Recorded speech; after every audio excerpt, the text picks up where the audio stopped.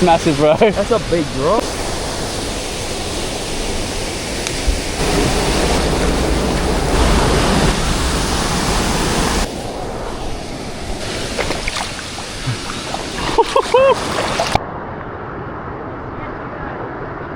Oh man! If this wasn't wet, it looks like we could do it.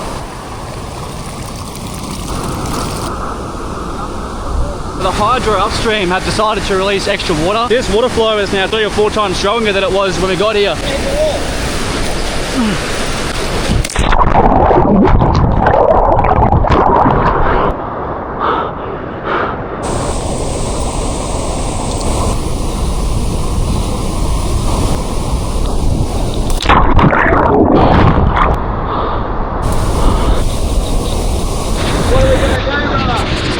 Swim across.